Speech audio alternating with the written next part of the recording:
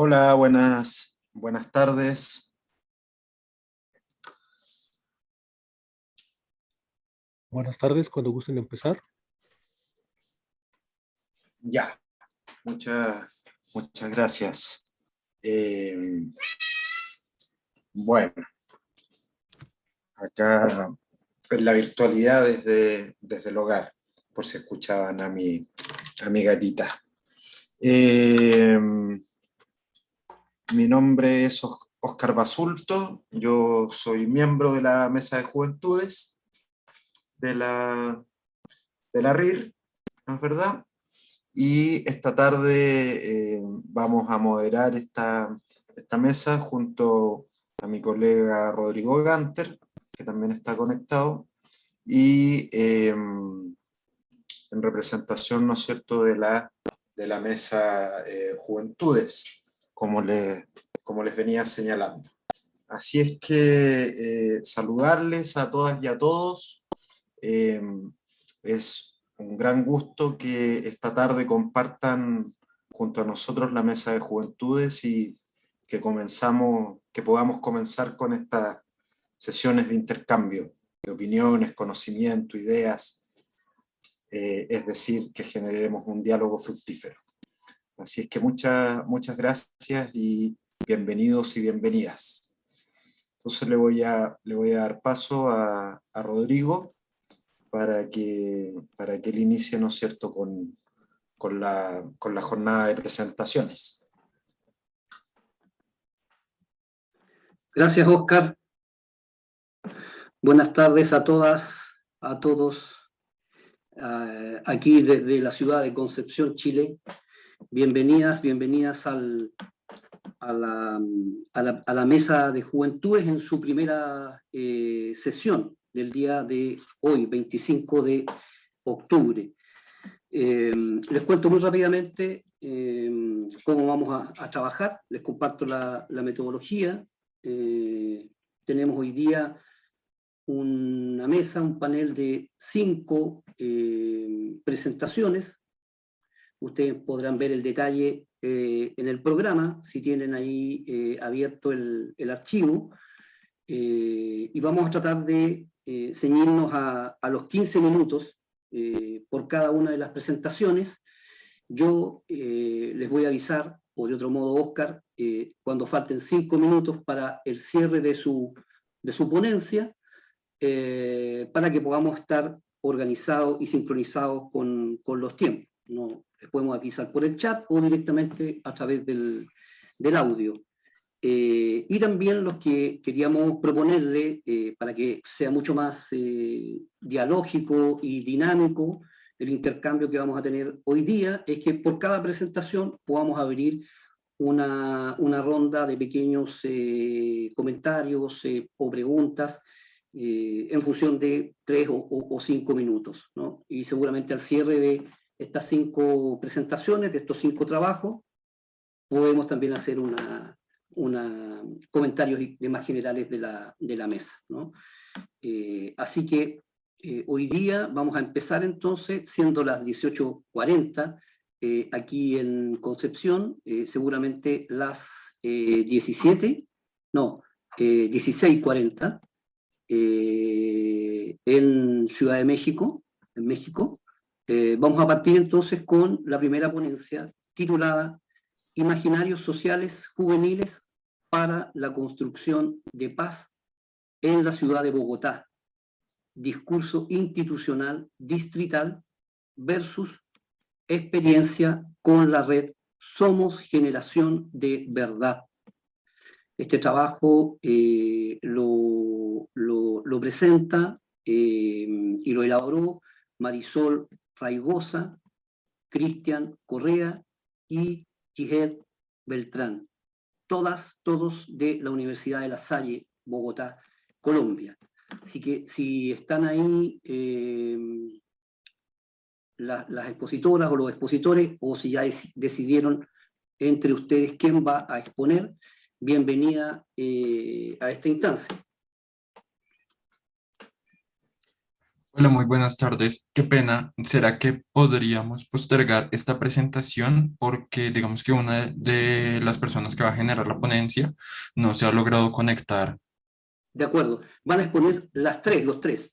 Sí, perfecto. Sí, señor. Perfecto. Entonces, pasamos a la siguiente exposición y aguardamos hasta que se incorpore la otra colega y que se pueda hacer la presentación, en este caso más coral, de a tres, ¿no? Vale, muchísimas Eh, gracias. Muy bien, ningún problema.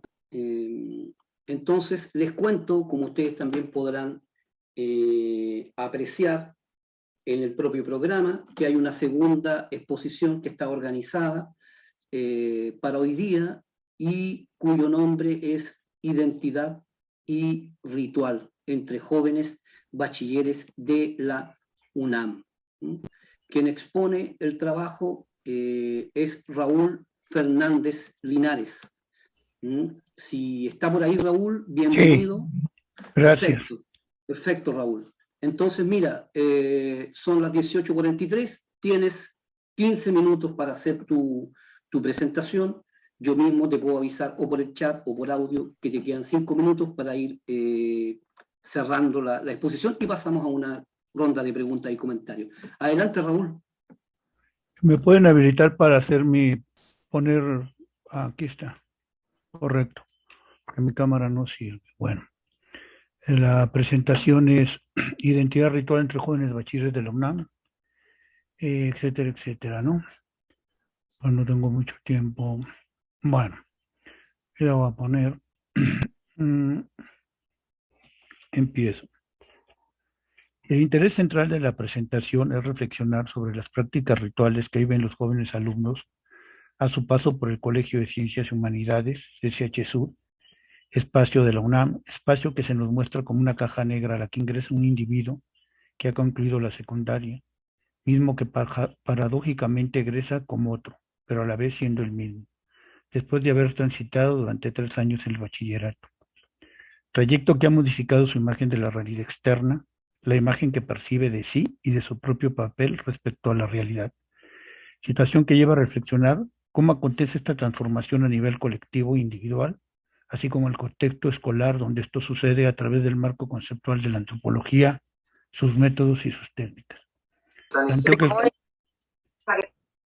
planteo, planteo que el concepto antropológico de ritual es útil para el estudio de prácticas y creencias en instituciones de la sociedad moderna, entre las que sobresale la escuela, ámbito en que las prácticas rituales acompañan la transformación social y temporales que afectan a las comunidades escolares y a los sujetos que en ella interactúan. Con base en estas consideraciones, planteó la conjetura de que los alumnos, desde su ingreso hasta su egreso, viven una transición. Durante esta, participan en diversos rituales, los cuales constituyen parte de su visión e identidad específico del etos juvenil del plantel que genera tensión entre homogenización y heterogeneidad, orden y resistencia, formalidad e informalidad. La propuesta teórico-metodológica tiene como eje el concepto antropológico de ritual, a partir del cual se teje una red conceptual para atrapar el conjunto de representaciones en sus textos y contextos que permiten describir, interpretar y comprender cómo se da este proceso en el escenario escolar. Por tanto, es desde este concepto privilegiado de la antropología que se entretejen otros, como símbolo, contexto, identidad, representación, ideología, dispositivo, estados de interacción y microculturas juveniles que se asocian a las prácticas y creencias dentro de una institución que administra y reestructura el sentido. Asimismo, se busca proporcionar una perspectiva del campo ritual que, sin dejar de ser amplia en su enfoque, sea concisa para dar al concepto el potencial para comprender los rituales en que participan los alumnos y examinar sus relaciones implícitas en la comunidad escolar. Por tanto, esta perspectiva actúa como una guía que nos dice a qué prestar atención, qué dificultades esperar y cómo abordar el problema.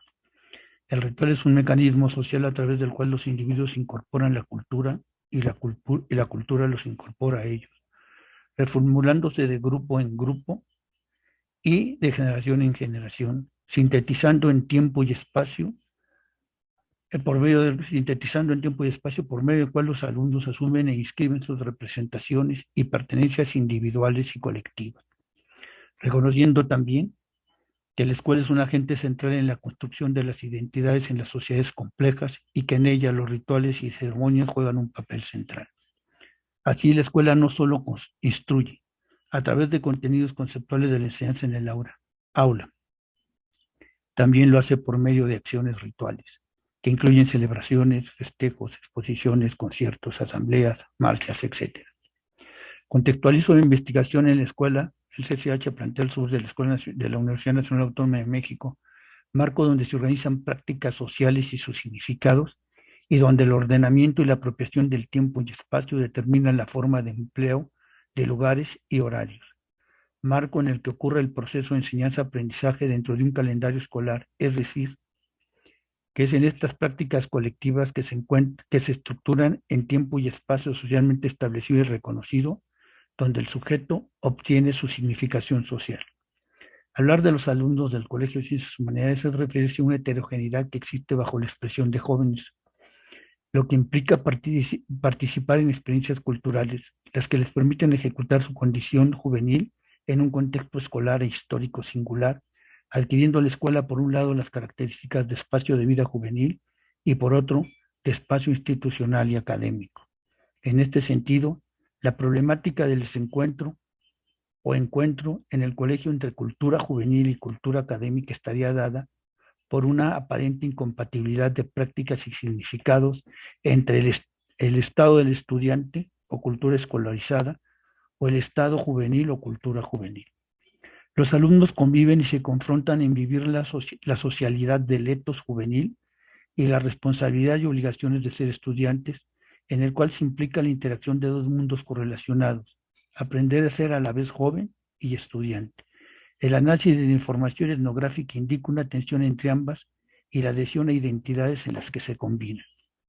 La identidad de los estudiantes tiene como una de sus características la dialéctica entre la vida juvenil y la dedicación al estudio.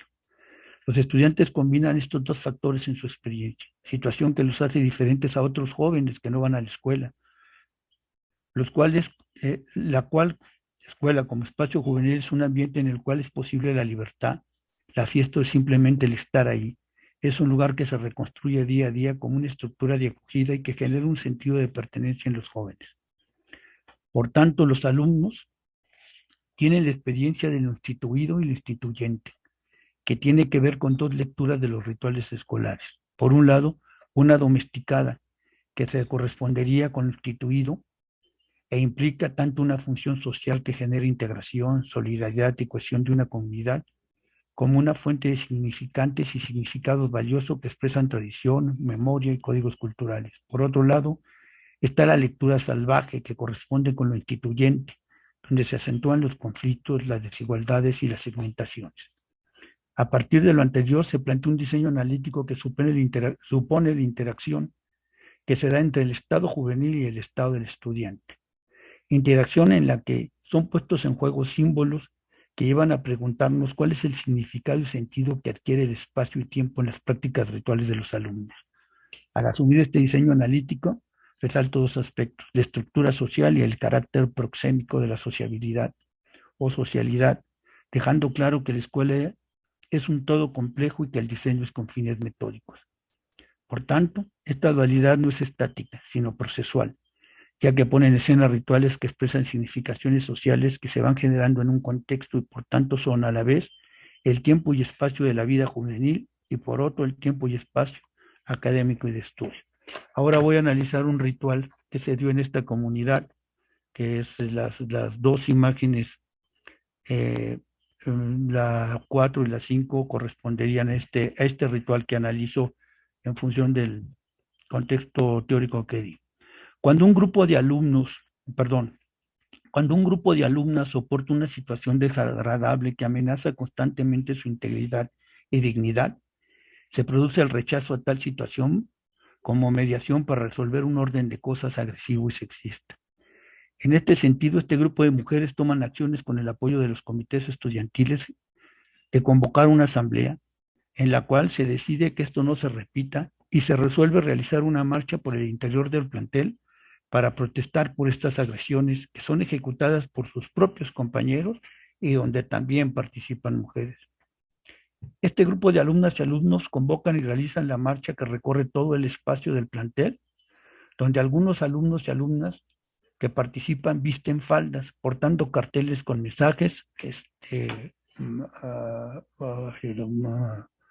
con mensajes,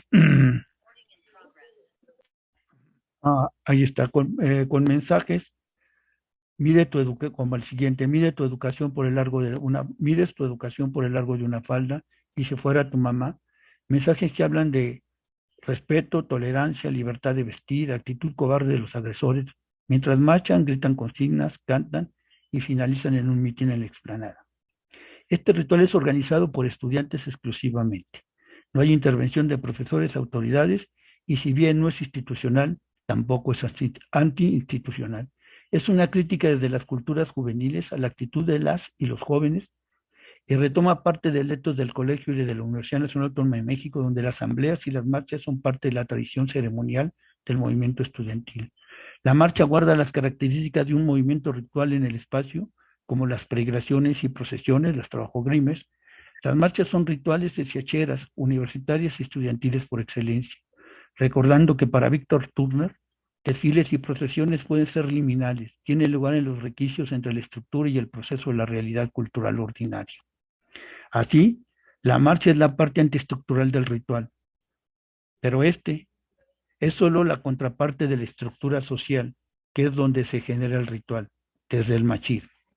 La marcha de las faldas es un ritual situado entre lo formal y lo imprevisto, ya que combina la formalidad del ritual del etos universitario, como es la marcha y la asamblea, pero es a la vez resultado del drama ritual, más allá del estado del estudiante, pero sin llegar al relajo.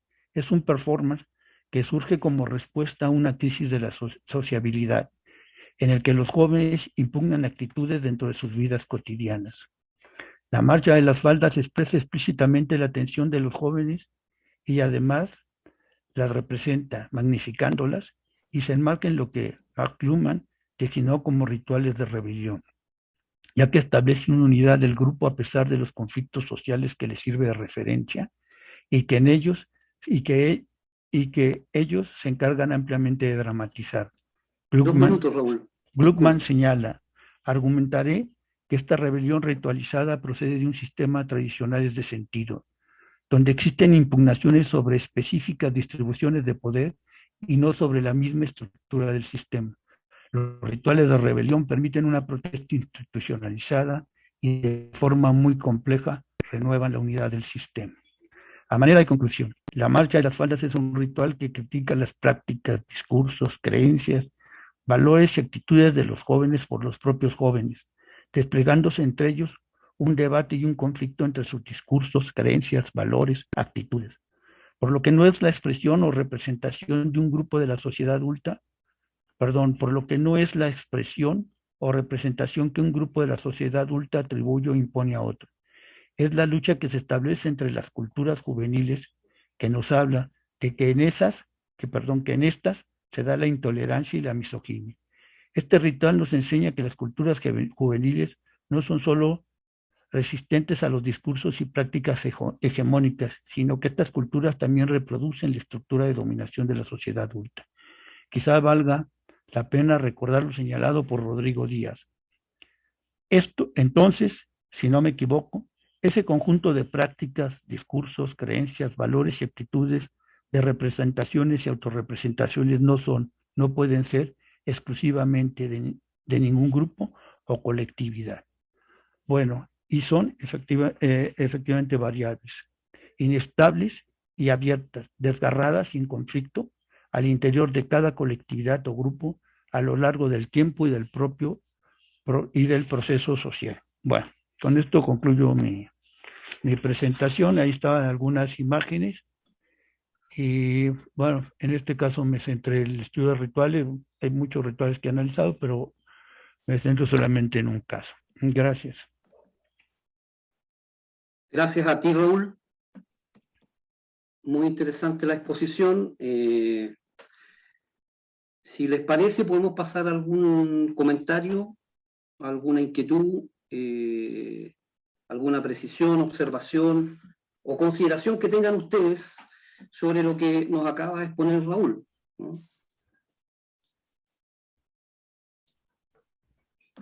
Bienvenida, los micrófonos están abiertos para eso. Bienvenida a la gente que se motive a aportarle al compañero acá, al colega Raúl. Si no, nos tomamos nosotros el micrófono, ¿no?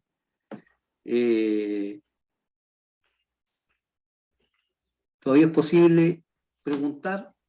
Veamos si el chat tiene alguna pregunta. Aquí en el chat hay alguien que está con problema de conexión. Dice que si le podrían reenviar el link de asistencia, que se cortó el internet. Por favor, le encargamos al asistente técnico de la sala. Gracias. Muy bien. ¿Hay un tema técnico que resolver? Y ¿Hay alguna pregunta? Sí, a mí la verdad es que me surge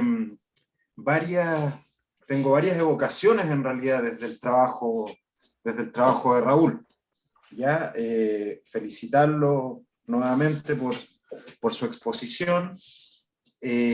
Ahora, en términos puntuales, a mí por lo menos me haría mucho sentido que pudiera referir un poquito más sobre específicamente cuáles son las representaciones de la juventud que en definitiva, ¿no es cierto?, vas construyendo a través de estos relatos, pero a lo mejor si pudieras conceptualizar algunas representaciones clave, tal vez como para entender, insisto, esta representación juvenil, y no sé si lo mencionaste o no, pero no, me gustaría también que pudieras profundizar un poquito más sobre la perspectiva teórica con la que abordan las representaciones. Eso, Raúl. Gracias. Ahí hay una pregunta entonces que puede pasar directamente a contestarla Raúl, a menos que alguien se anime de los colegas, los compañeros, las compañeras que nos acompañan hoy día, a hacerle otro comentario o pregunta a Raúl. Me sumo yo, por el momento, a la consideración, a la pregunta que hace Óscar, ¿no? Si es posible, Raúl, hacer una distinción entre las estudiantes, los estudiantes y la juventud como conceptos, eventualmente como categorías que pueden aparecer interdependientes, complementarias, pero también en tensión, ¿no? Y en ese mismo sentido, ¿con qué línea o perspectiva dentro del campo de las juventudes entras tú a trabajar, ¿no? Los sujetos, las sujetas que acompañaste en estos rituales? Lo dejo planteado ahí, si es que alguien no quisiera sumarse a alguna otra consideración o pregunta. Viendo una pregunta en el chat también, que hace Galia Dominique. ¿Cuáles son los conceptos centrales de la ritualidad y cómo se manifiestan allí las representaciones y el imaginario de los jóvenes? Dejemos a Raúl entonces con ese marco de interrogantes, de inquietudes. Que van todas más o menos, y que van todas más o menos en la misma línea. Sí, le podemos dar unos 3 a 5 minutos para que se explaye, ¿no? Sí. Para que entre a jugar ahora, Raúl. Sí. Te devolvemos el micrófono. Gracias. Sí, bueno. El concepto que se mencionó, de la idea de ser jóvenes y ser estudiantes, es digamos que yo ahí construyo dos elementos que están en tensión en la escuela. Cuando hablo de jóvenes, estoy hablando de jóvenes que están en la escuela. Hay muchas juventudes, ¿no? hay juventudes que están en barrios más populares. Yo estoy hablando de una escuela que está ubicada dentro de la UNAM. Son, de alguna manera, son un grupo privilegiado porque están, digamos, van a entrar a estos estudios universitarios. Pero también la escuela en la que están ubicados, digamos que tiene características diferentes. Es una escuela han sido escuelas muy combativas, un modelo educativo que innovador en los años, en los años después del 68 en México, en los años 70, etcétera, etcétera, ¿no? Entonces, esto es una primera cosa, ¿no? Y yo retomo esto, cuando trabaja Juventudes, él lo señala, creo que desde otra posición, pero muy parecido a mí, ¿no? Porque él dice que siempre va a haber esta lucha entre la estructura que impone y por otro lado la proxemia, ¿no? Que es un término de Maffesoli, ¿no? Que es este sentido de sociabilidad que tienen los jóvenes. Ahora, yo, digamos que en este sentido, yo trato de analizar esta tensión que se va a dar en estas representaciones que tienen. Obviamente, por un lado, la escuela quiere construir una representación de ideal de lo que es un alumno, ¿no? Un alumno es el que estudia, el trabaja. Y por otro lado, los chicos se van a enfrentar porque ellos construyen sus representaciones desde la cotidianidad, desde sus imaginarios, ¿no? O sea, no son, a ver, quiero aclarar, no son homogéneos. Los jóvenes ni siquiera al interior de la escuela son homogéneos. Quiere decir que este bachillerato en cada plantel tiene entre 11,000 y 12,000 alumnos, ¿no? Entonces, son planteles terriblemente enormes, donde al interior hay muchos, digamos, muchas construcciones que ellos se autorrepresentan. Inclusive yo les quiero poner una imagen que creo que es muy clara, que es esta.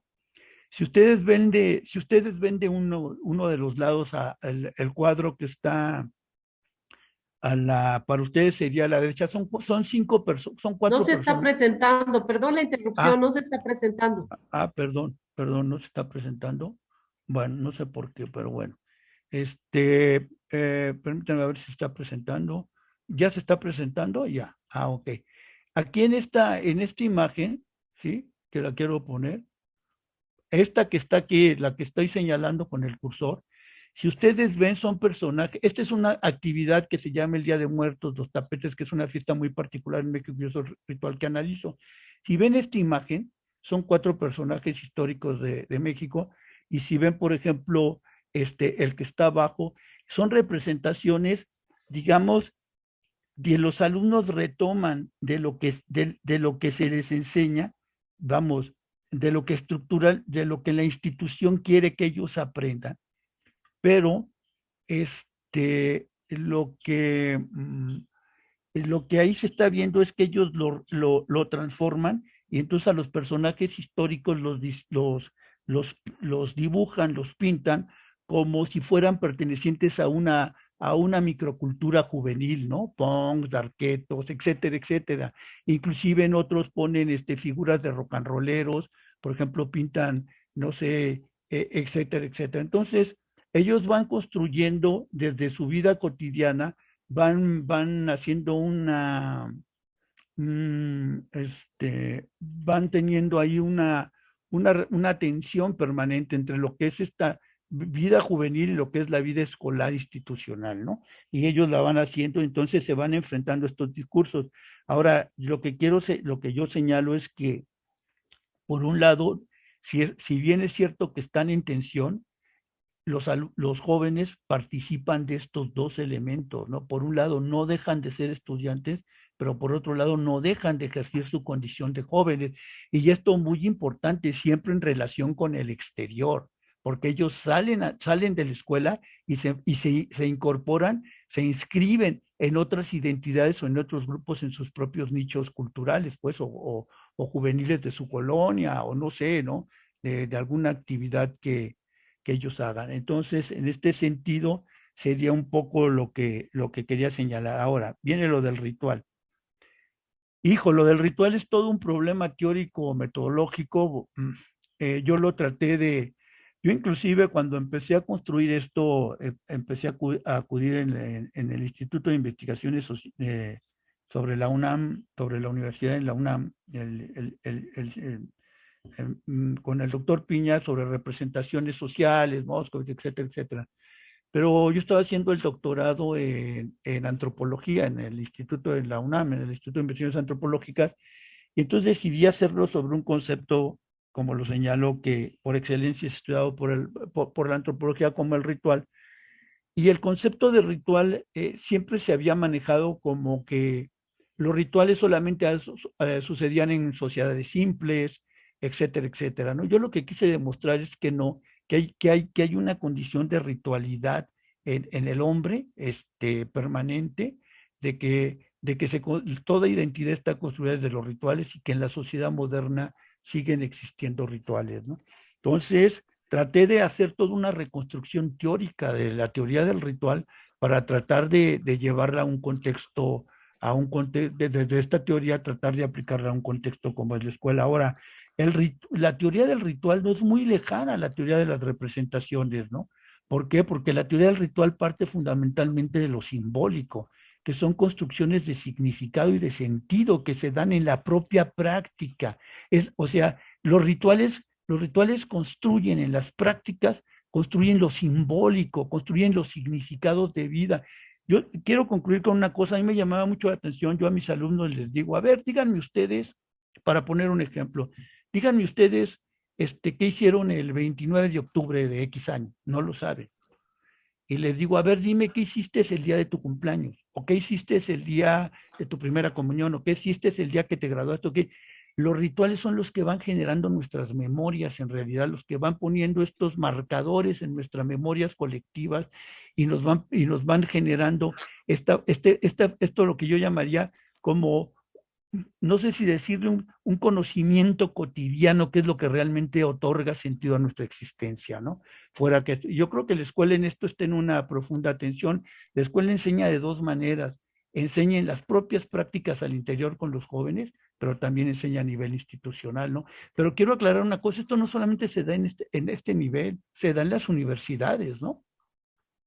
Quizá un problema que era importante es que en las universidades norteamericanas está muy claro el proceso de ritualización, que hacen grandes fiestas. En México no es tan claro, ¿no? En fin, pero yo creo que los rituales están presentes y creo que algo importante en América Latina es ver, por ejemplo, en los ámbitos universitarios, qué ritualizaciones específicas se están generando, ¿no? Porque también digamos, hay muchos grupos diversos que interactúan en ellos y también depende del contexto de la universidad, ¿no? La UNAM es una institución con ciertas características, pues, que la hacen diferente, por ejemplo, en México de las escuelas particulares, ¿no? La UAM creo que habría que estudiarlo ahí, ¿no? Por cierto, hablando de eso, yo personalmente quien me apoyó mucho en la teoría de los rituales, pues fue Rodrigo Díaz, que es un profesor de la UAM, ¿no? Que es una de las personas, y creo que a nivel de lengua castellana que más he estudiado estas cuestiones. Habría muchas cosas que agregar. Yo sé que un poco se tendría que entender un poco más el contexto de esta escuela, pero en general, digamos, yo expuse un ritual porque ahora quería tocar el problema de que está ahora los temas de género, pero hay muchos rituales que están presentes en las instituciones, ¿no? Algo que es muy propio de México es el ritual de Día de Muertos, ¿no? Etcétera, etcétera, que también lo analizo, etcétera, etcétera, ¿no? No sé si con esto doy respuesta a sus preguntas, ¿no? Sí, por ahora quedamos conformes, Raúl. Muchísimas gracias por tu presentación. No, pues gracias a ustedes. Bien, bien, quédate con nosotros. Vamos a seguir entonces con la siguiente exposición.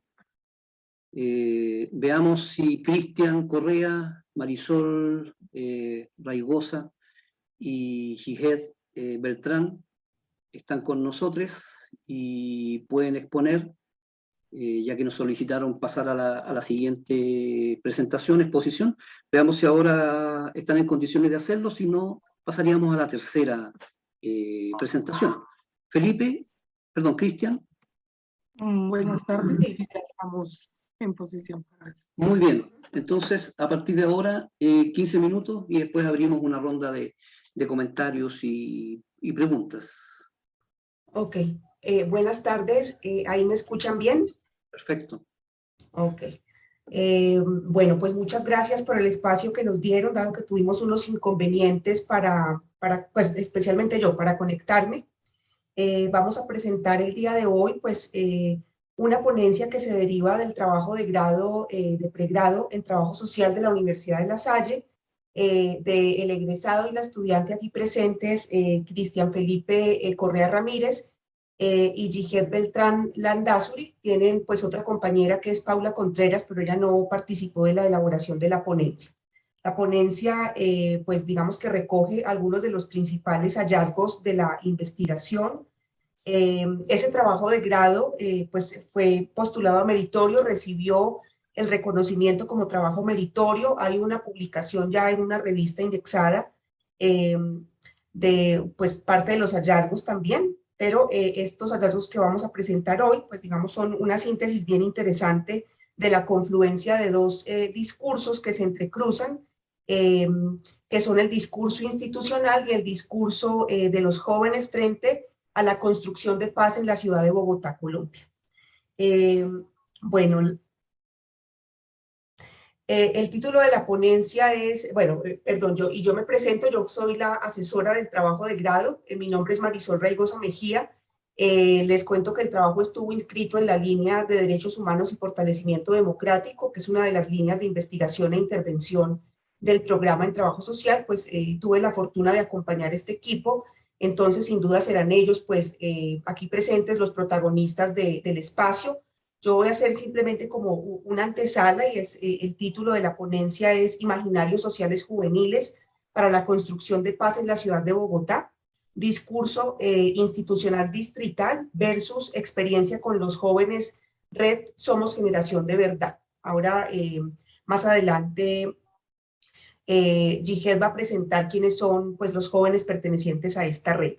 El objetivo de esta ponencia es fundamentalmente analizar el rol de los jóvenes y de las prácticas artísticas juveniles en la transformación de imaginarios sociales para la construcción de paz y de ciudadanías emergentes a partir de sus experiencias, sentires y perspectivas.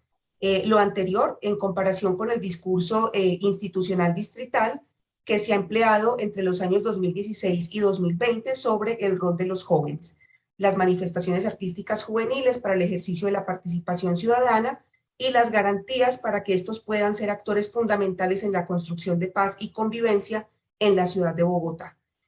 Bueno, la investigación pues, tuvo un enfoque cualitativo y hermenéutico. A partir de ello se realizó pues, un grupo focal con 10 jóvenes pertenecientes a esta red, que más adelante se les ampliará pues, cómo está conformada. Pero pues digamos que tiene una particularidad, y es que la red pertenece a la Comisión para el Esclarecimiento de la Verdad, que creo que ustedes saben, digamos que es una comisión bastante importante que nace en el marco de la firma de los acuerdos de paz en el 2016, como parte de los compromisos pues, para el esclarecimiento de la verdad y de el proceso pues, de no repetición de los hechos que acontecieron en el marco del conflicto. Bueno, dentro del marco introductorio vamos a mencionar algunos elementos importantes que tienen que ver como con las categorías analíticas, algunas de ellas que sirvieron de base pues, en el ejercicio investigativo. El primero tiene que ver con los imaginarios que sostienen y forman la cultura, ¿sí? Se denominarían o se denominaron más bien en el trabajo imaginarios atávicos, comprendidos estos como aprendizajes colectivos que se transmiten o heredan y se mantienen a lo largo de la historia. Todo esto para comprender, digamos, o para leer un poco la cultura de violencia y a su vez la violencia cultural, pues la primera enraizada en el comportamiento cotidiano de los sujetos. Estamos hablando de los colombianos, pues como una tendencia, ¿cierto? Obedeciendo a reglas y a formaciones discursivas y sociales profundas. Se valora y se reproduce la violencia como forma por excelencia de resolución de conflictos, y por su parte, pues la segunda, estrechamente ligada con la primera, justifica y legitima la utilización de instrumentos de violencia. Esto desde la perspectiva de Fisas, 1998. Ante lo anterior, pues desde la investigación se señaló cómo los imaginarios atávicos que forman la cultura de violencia en el país construyen subjetividades y prácticas sociales cotidianas e impiden a su vez, pues digamos, la manera de que aparezcan formas culturales emergentes que cuestionen o que pues planteen o resignifiquen otros lugares para la resolución de conflictos. En el caso particularmente colombiano, desde la perspectiva de Álvaro Camacho Guisado, se ha manifestado que la violencia en el país ha abarcado persistentemente varios ámbitos de la vida social, siendo pues un ordenador o la esencia misma pues que reproduce la propia cultura, ¿cierto? Existe una bidireccionalidad en los sujetos, señalando que, una cita textual de Camacho Guisado, los violentos podrían ser tanto propietarios como desposeídos. Es claro entonces que la agresión y estas formas de violencia, como lo han sido la persecución, la estigmatización, entre otras, reiteradamente son en contra de poblaciones específicas o grupos de población específicos en el país, campesinos, indígenas, afrodescendientes, mujeres, población LGTBI, jóvenes, niños. Respecto a la ciudad de Bogotá, cabe resaltar que desde el ordenamiento territorial, debido a la centralización del poder que se presenta en el país, se ha generado un esquema con alto grado de segregación social y espacial, mediante la creación de barreras territoriales que impiden su disfrute y la satisfacción de las necesidades y los derechos fundamentales en condiciones de equidad. Aquí es importante señalar que la manera como está organizada territorialmente la ciudad, pues digamos, permite una segregación social, un confinamiento o un ostracismo más bien de ciertas poblaciones que se encuentran en la periferia, y esto pues se ve representado también en el acceso pues a derechos fundamentales como la educación, la salud, el acceso a una vida digna, y pues termina esto convirtiéndose, y el disfrute pues de la ciudad y los bienes fundamentales que ofrece como privilegios para algunas de las localidades que se encuentran pues en la centralidad de la ciudad. Pues no me voy a detener con las cifras que aparecen allí, pero pues también resaltar que los bogotanos tienen una percepción, digamos, de inseguridad en la ciudad, manifiestan como sentir altos índices de violencia e inseguridad, todo esto a partir de la encuesta de percepción y victimización de Bogotá realizada en 2018. Esto lo asocian a partir pues de las encuestas a hurto a residencias, lesiones personales, vandalismo, hurto a vehículos, etcétera.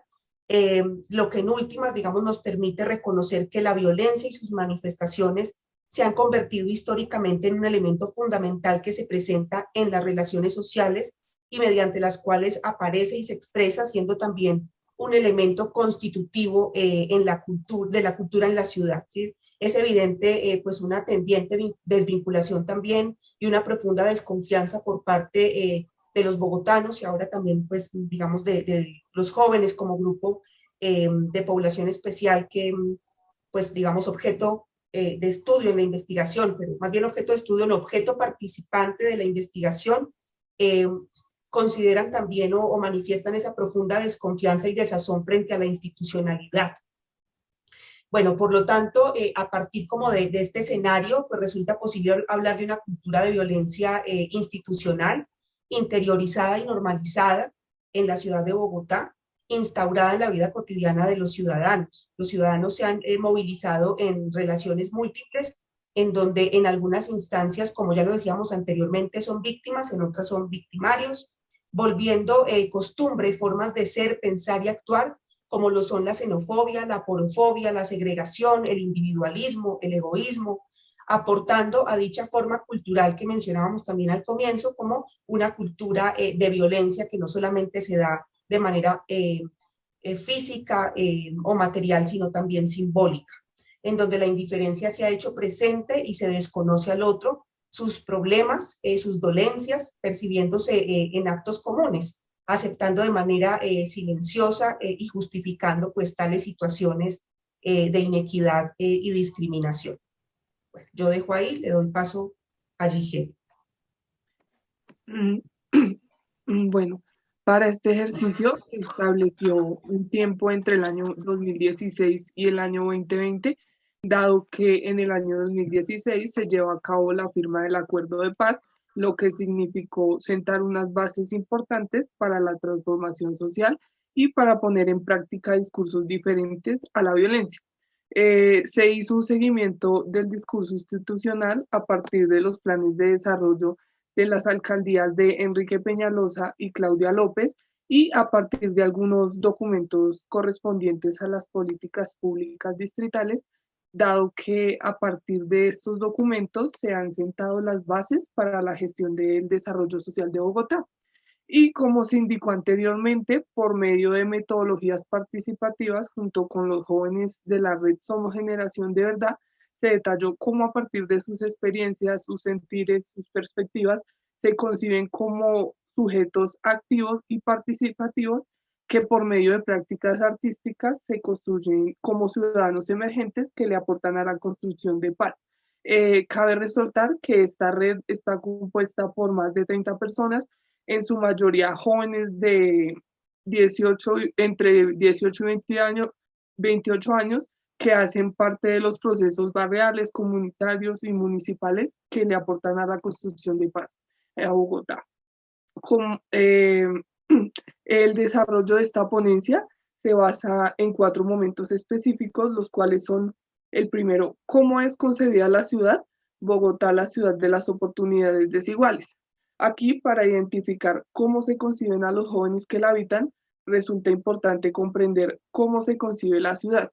Y desde los 2 discursos se entiende por Bogotá como una ciudad, como un entorno no solo físico, sino también simbólico, donde se construyen las subjetividades de sus habitantes, en donde los valores, las creencias y los comportamientos condicionan a los habitantes.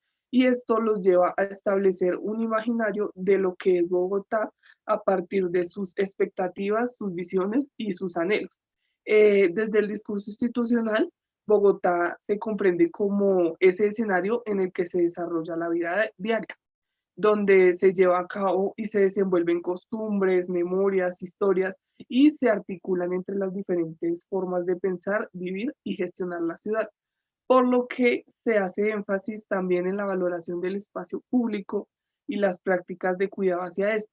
Esta visión que manifiesta el discurso institucional es comprendido, según Catherine Walsh, como una interculturalidad funcional, la cual es lo otro dentro de lo mismo. También por su parte, los jóvenes manifiestan que no se puede desconocer que Bogotá es una ciudad en la cual se presentan conflictos y diferentes violencias contra las juventudes, la cual ha llevado a que la denominen como una ciudad en disputa, donde la necesidad de cumplir sueños y anhelos los adentra en una competitividad constante con el otro, por lo que ellos manifiestan que Bogotá es un territorio conflictivo en donde constantemente se debe luchar por las oportunidades, por la garantía de derechos y por la calidad de una vida digna. También los jóvenes, desde los jóvenes, ellos plantean que se le debe apostar a una ciudad como un territorio intercultural crítico, en donde se lleve a cabo no solamente la inclusión, sino la comprensión, el entendimiento y la valoración de formas excluidas subalternas como lo son los jóvenes. El segundo momento es cultura ciudadana, una cultura devoradora o una cultura intercultural. Aquí se plantea que la ciudad se construye desde lo que se concibe como la modernidad y enfrenta un reto que se reconoce desde las instituciones, ya que la modernidad se establece como ese único modelo cultural que invisibiliza las otras formas culturales en las que se empiezan a desconocer saberes y conocimientos. Por lo que este modelo cultural modernizante apunta a la incorporación del otro en lo propio, siendo un modelo devorador que también excluye y desecha. Y ello se observa en la segregación y discriminación hacia algunos grupos. Según la encuesta bienal de culturas del 2017, el 15,7% de los habitantes de Bogotá se han sentido discriminados por diferentes causas como la condición económica, la edad, los rasgos físicos, el pensamiento político, la orientación sexual, entre otros. Y este único Disculpa, momento... 2 minutos para ir cerrando. suprime, rechaza e invisibiliza a otros modos de ser y estar en la ciudad. Y debido a esto, pues los jóvenes señalan que en la ciudad se lleva pues a cabo unas prácticas de juvenicidio que marginaliza a los jóvenes. Sin embargo, debido a estas prácticas históricas violentas, los jóvenes reconocen que las relaciones de Bogotá deben ser transformadas y construidas para que ellos puedan construir en los diferentes escenarios, y esta labor es donde ellos empiezan a constituirse como actores fundamentales de la construcción de paz. Qué pena, ¿me escuchan? Sí. Listo. Digamos que los dos apartados siguientes constituyen a los jóvenes como actores fundamentales para la transformación social, y el arte en la construcción de paz, la paz, un asunto serio que requiere de la risa, el juego y la juventud. Digamos que por motivos de tiempo voy a unir un poco estos dos componentes que cogimos. Digamos que siguiendo lo planteado por Boaventura, nosotros empezamos a comprender a los jóvenes como unos ciudadanos emergentes, y esto nos permitió reconocer unas tendencias latentes, pero a veces también fragmentadas, que generan unas constelaciones de comprensión, de entendimiento, pero también de transformación social. Si bien desde del discurso institucional distrital se han planteado unas voluntades para brindarle oportunidades a los jóvenes en la inclusión productiva, en la participación política y cultural, esto se ha quedado corto. Digamos que para el mes de noviembre del año 2020, el 36,7% de los jóvenes representaban el número de desempleados en la ciudad. Digamos que, y ante todo el panorama adverso que comentaba mi compañera, los jóvenes de la red Somos Generación de Verdad empiezan a generar unas apuestas de resistencia y de reexistencia en los territorios, entendiendo el territorio como un espacio no solo físico, sino simbólico, que está transversalizado por dinámicas del poder. De esta manera, los jóvenes de la red empiezan a generar apuestas de resistencia y reexistencia desde el cuerpo, la familia, el barrio, las comunidades, entre otras. Y el objetivo de la red es reunirnos, no homogenizarnos, porque la red busca heterogenizar esto que constituye ser joven. Sin embargo, la ciudad ha demostrado una baja capacidad para rejuvenecerse y una baja capacidad para escuchar, brindándole a los jóvenes un futuro dudoso. Digamos que esto último lo plantea también Canclini en el año 2004. Así, los jóvenes siguen proponiendo unas apuestas para transitar de la cultura violencia a la cultura de paz a partir de dos dimensiones, que es la búsqueda por la garantía de los derechos humanos, pero también el fortalecimiento de unas relaciones para la convivencia. Sin embargo, desde el discurso distrital, solamente para la construcción de paz se ha retomado la convivencia, pero como bien lo comentó mi compañera, esta convivencia es una interculturalidad funcional de lo otro en lo propio.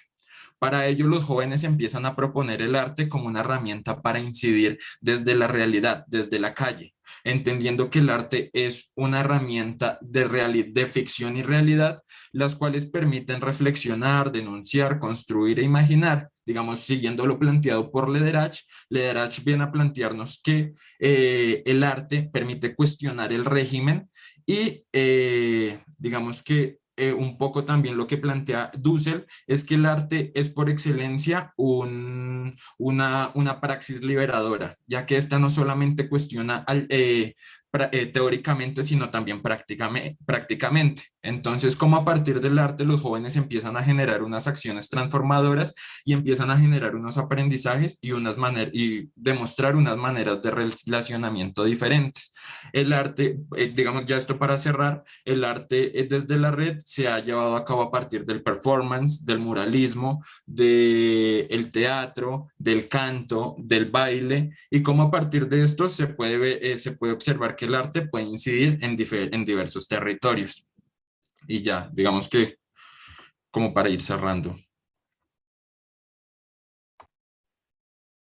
Muy bien. Muchas gracias.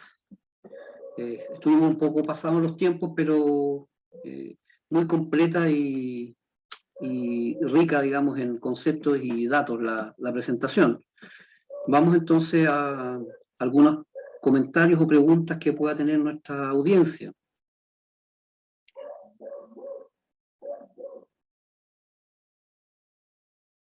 Óscar. De otro modo, nosotros también no queremos estar en todos los espacios, monopolizando las preguntas, las consideraciones, las palabras. De alguna manera también colaboramos con Raúl y su ponencia. Nos gustaría también, de eso se trata, de poder generar algún intercambio. De otro modo, tampoco es obligatorio hacer un intercambio aquí y ahora. Tendremos un momento al cierre de las 5 presentaciones para poder hacer alguna apreciación más transversal, si a ustedes les parece. Dejamos abierto el micrófono por si hay alguna apreciación, consideración. Sí, Si adelante. puede también plantear por el chat. Aquí de hecho llegó de Fabián González, entiendo. Llegó por acá por el chat una pregunta que señala cuál es la representación social clave de paz que tienen los jóvenes.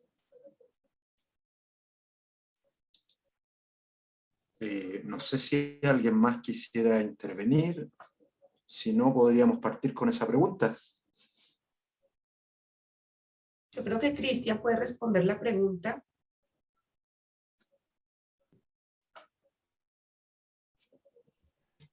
Listo. Un poco en torno al tema de la representación social de la paz en los jóvenes, pues digamos en Bogotá y también hablando un poco en el ámbito colombiano, la sociedad colombiana en estos momentos, y digamos que una de las apuestas que nosotros buscamos fue evidenciar el interregno en lo cual nos encontramos como sociedad colombiana, es decir, donde lo viejo no acaba de morir, pero lo nuevo no acaba de nacer. En este mismo sentido, se empieza a concebir un concepto que se denomina la paz imperfecta. Digamos que acá se empiezan a construir una serie de representaciones en torno a que la paz es un proceso constante, no es una paz dada, tampoco es una firma, digamos, no es una firma contra unas insurgencias que han sido históricas a lo largo, sino que la paz empieza a construir desde diversos territorios. Es decir, y digamos que estas apuestas, si bien lo pueden evidenciar, también se demuestran en algo que se lleva a cabo todos los meses de septiembre en Colombia, específicamente la segunda semana, que es la Semana por la Paz. Esta Semana por la Paz lleva años apostándole a los territorios de paz como una representación social de esta paz. Estos territorios, digamos que se han nutrido a lo largo de estos años, en los cuales se empiezan a concebir la familia como territorio de paz,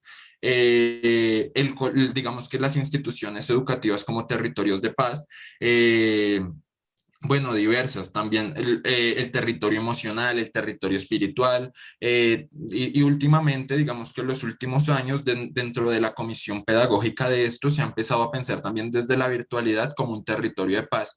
Es decir, cómo desde la incidencia real de los jóvenes, como desde la incidencia de los jóvenes se empiezan a transformar estos territorios violentos en donde se llevan a cabo unas relaciones desiguales de poder, se empiezan a transformar en unos territorios de paz que empiecen a ser participativos y que empiecen a tener en cuenta las necesidades, pero también la participación para la resolución de estas necesidades de los sectores que han sido no solamente excluidos, sino también subalternizados, ya que digamos que en Colombia estos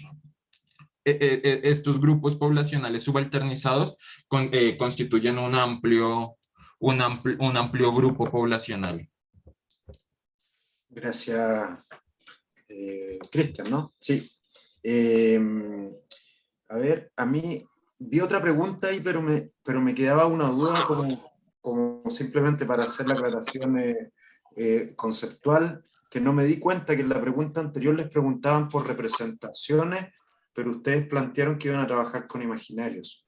Entonces no sé si ahí hay una homologación o hiciste un ejercicio de de reconceptualización, entendiendo que los imaginarios y las representaciones aluden a distintos planos de realidad o de significación social, donde los imaginarios estarían en una vertiente más profunda de la significación y las representaciones en un plano más aparente, o en la epidermis de la sociedad, si queremos. Entonces, sería importante dejar eso claro, creo yo, como lo plantearon ustedes.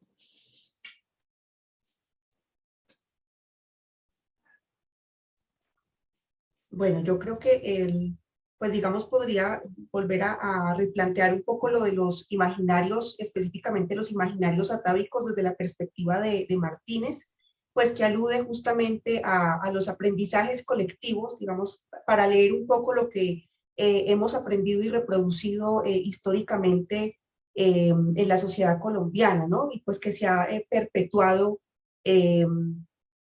pues a lo largo del tiempo, ¿no? Y es a partir de allí que pues empezamos a hablar de una cultura de violencia que se materializa o se representa, digamos, a través de diferentes acciones, como lo planteaba, no únicamente desde acciones pues materiales o de violencia pues material y física, sino también simbólica. Esa es como lo que podría decir en torno a los imaginarios atávicos. No sé si pues Gigedo o Cristian quieran hacer alguna precisión en torno a las representaciones.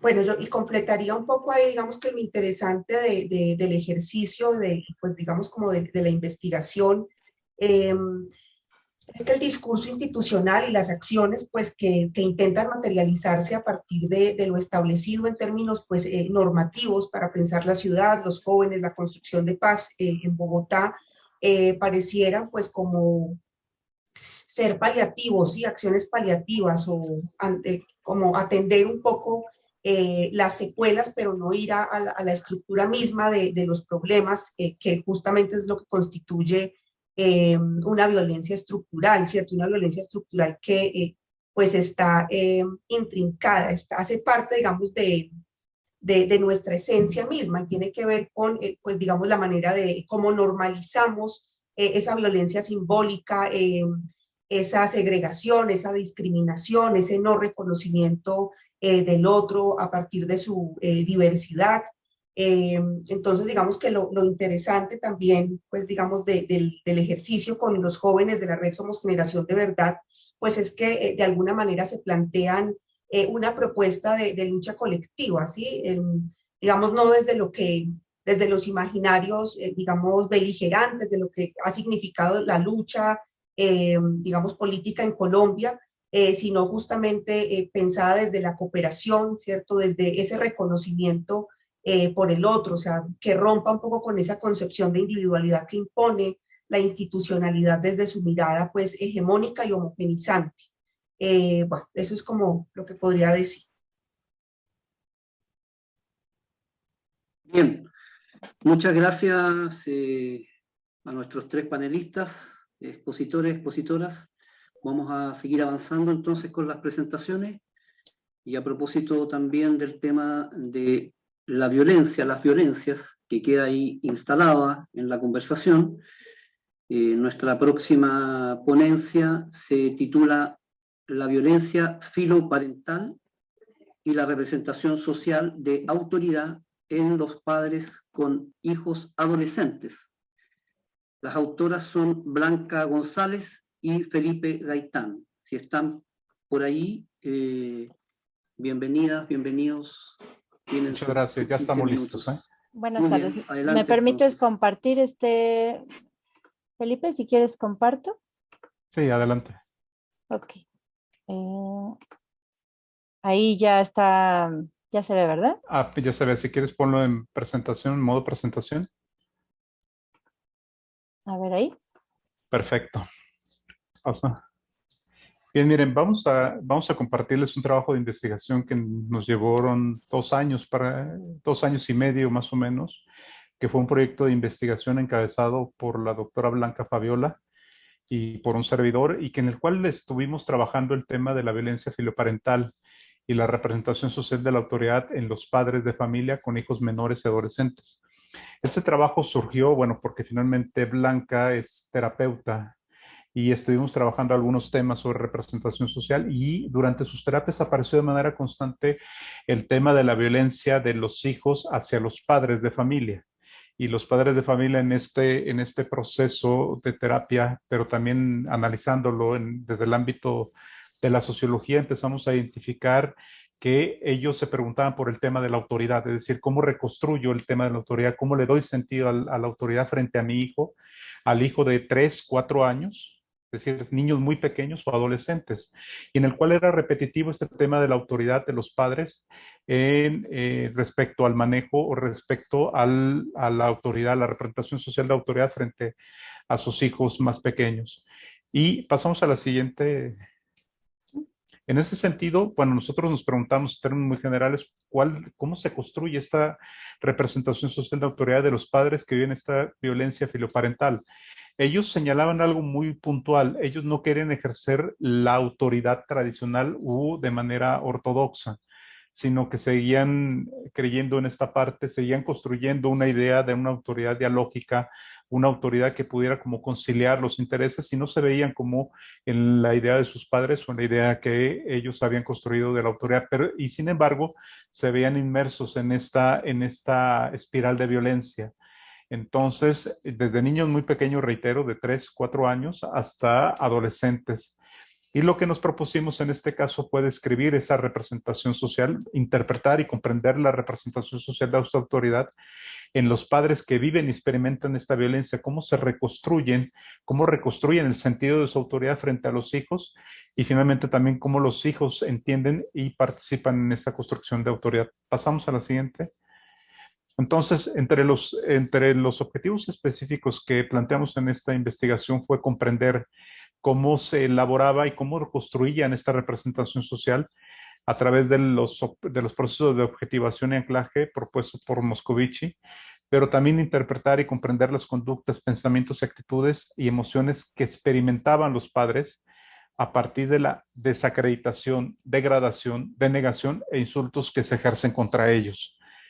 En ese sentido, se construyó toda una serie de instrumentos, una serie de tests, una serie de procesos y una clasificación, una categorización sobre esta violencia filioparental de los hijos hacia los padres, pero desde los padres mismos. Pasamos.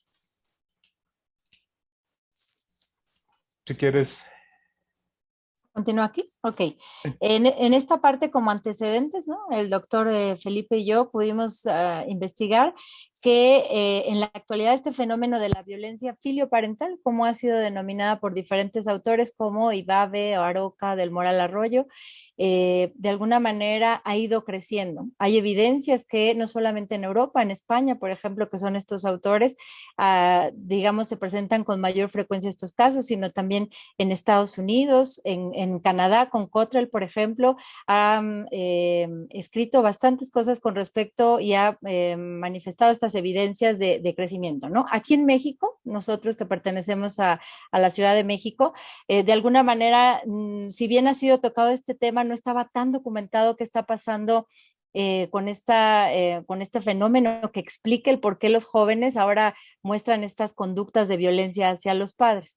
También decidimos abordarlo desde un enfoque sociológico, y esto es muy importante mencionarlo con las representaciones sociales, debido a que en todos los estudios que encontramos a partir más o menos del año 2000, digamos, hacia acá, todos habían sido desde otro enfoque, ¿no? Entonces, por eso fue que decidimos utilizar este enfoque más de corte sociológico a través de las representaciones sociales para hacer este análisis. La perspectiva teórica que nos permitió abordar principalmente el análisis que llevamos a cabo fue desde Aroca, que habla sobre todo lo que es la violencia filioparental, entendiéndola como un fenómeno en el cual son todas aquellas conductas que los menores realizan con la intención de causar daño físico, psicológico y emocional en contra de los padres, ¿no?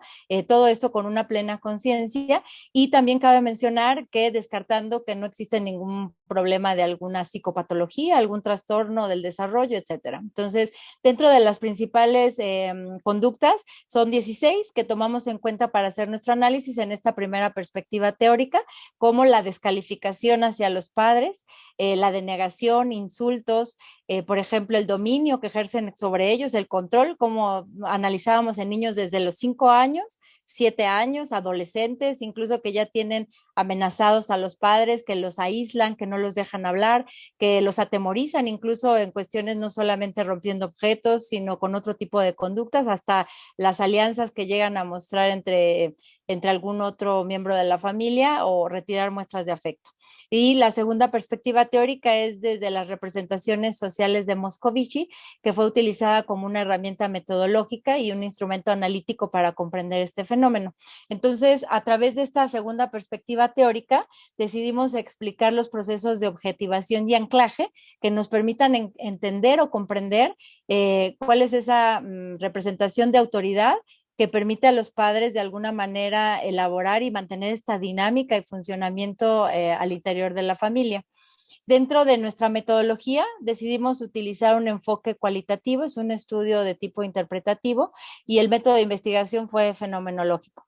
Las técnicas algunas utilizamos, obviamente la entrevista semiestructurada, en el cual estuvo conformada por 4 rubros. Con los padres conocer cuál es la concepción de autoridad que tienen para poder, digamos, vivir esta dinámica al interior de las familias, qué conductas y emociones viven los padres, así como los procesos de objetivación y anclaje de la representación social que tienen, así como conocer algunas condiciones que originan esta representación, ¿no? Y a través de la observación que principalmente se llevó en la práctica clínica y en algunas situaciones en el contexto, ya que se tuvo que asistir a algunas situaciones de emergencia debido a que los padres requerían ayuda, pues ya no sabían qué hacer en estos casos, ¿no? Y también otra técnica fueron los dibujos y los soportes gráficos, ya que desde el enfoque de Moscovici es muy importante utilizarlos también para poder analizar esta representación social. Los participantes se trabajó con 10 familias mexicanas que reportan algún tipo de violencia filioparental desde hace ya algunos meses y en 2 casos ya tenían más de 2 años que reportaban este tipo de violencia. Los grupos pertenecen a una zona de nivel socioeconómico medio. Las familias, al menos alguno de los progenitores cuenta con alguna licenciatura y cabe mencionar que de estas 10 familias el 70% son familias nucleares y el 30% familias monoparentales, de las cuales el 70% de las personas estudiadas cuentan con hijos adolescentes entre 12 y 18 años y el 30% con hijos entre 4 y 8 años.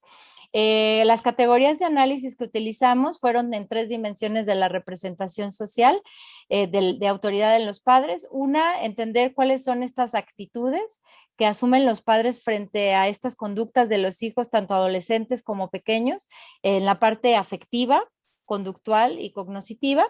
También analizamos desde estas mismas categorías de la representación social la naturaleza del contenido, es decir, cuáles son ese conocimiento que tienen con respecto al concepto de autoridad.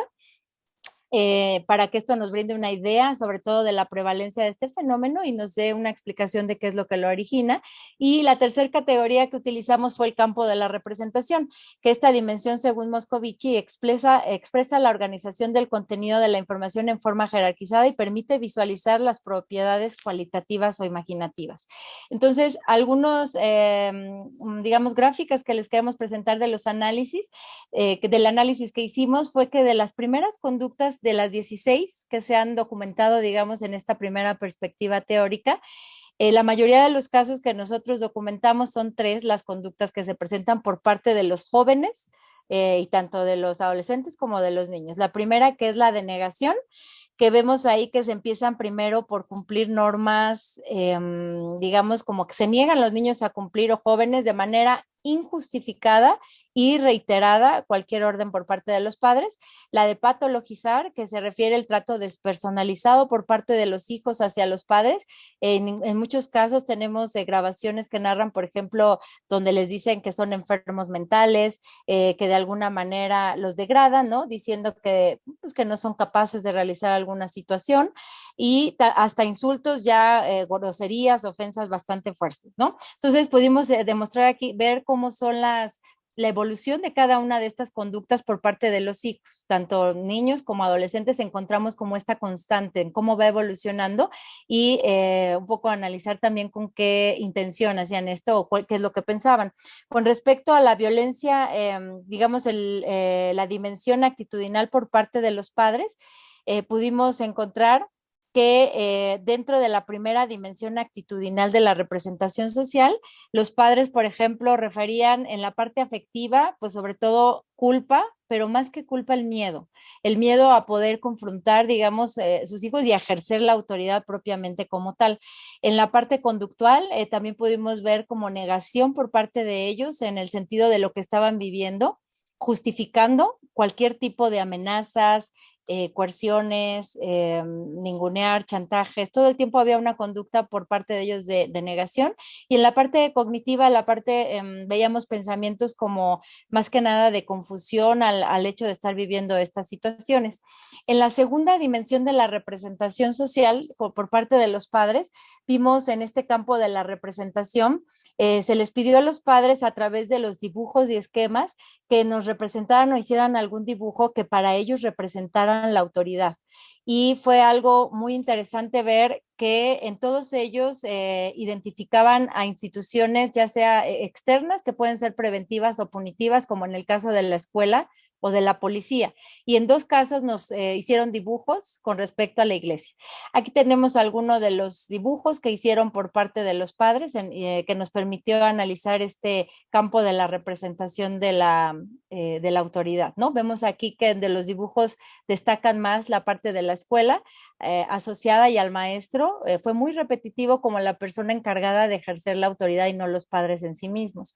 Y la tercera dimensión de la representación social, analizamos también esta categoría con respecto al conocimiento que tienen de autoridad, donde aquí mostramos solamente algunas respuestas donde el significado de autoridad para los padres tiene que ver con la imposición de reglas, quién tome la decisión, quién ejerce el control. Esto fue en las familias nucleares. Y en las familias monoparentales vimos la imposición de reglas o imposición jerárquica, digamos ya con un objetivo determinado, ¿no? Algo muy importante aquí que les preguntamos fue el ejercicio de la autoridad. Para ellos, ejercer la autoridad de alguna manera lo hacían señalando lo que está mal, de alguna manera se platicaba en privado del comportamiento, o en las familias monoparentales solían decirles qué es lo que deben de hacer. Aquí, por ejemplo, entonces vemos estas tres dimensiones de la representación social de autoridad en los padres, y en el proceso de objetivación que nosotros encontramos aquí, podemos describir, es el cómo construyen esta representación, digamos, de autoridad. Aquí pudimos encontrar información de 4 fuentes en el caso de los padres para este proceso de objetivación, que tiene que ver, por un lado, con las experiencias vividas de los padres, y aquí encontramos algunas representaciones clave por parte de ellos. Y una es que la autoridad lastima. La autoridad lastima y por eso es que ellos no la ejercen. Aunque sí entienden el concepto de ejercicio de autoridad, no la ejercen debido a que sus propias experiencias con sus padres la interpretan como que los van a lastimar. La segunda, digamos, fuente que encontramos con esta representación clave es que a mayor nivel educativo, digamos, se tiene menor autoridad o reniegan de la autoridad. Y estas diferencias las encontramos donde, a pesar de que eran condiciones socioeconómicas medias, de alguna manera todos referían que este fenómeno se presentaba más en condiciones socioeconómicas medias y no bajas o de otro tipo, ¿no? La tercera fuente fue la observación, donde ellos refieren que la clase media no pone límites, a diferencia de la condición o la clase baja, así lo refieren.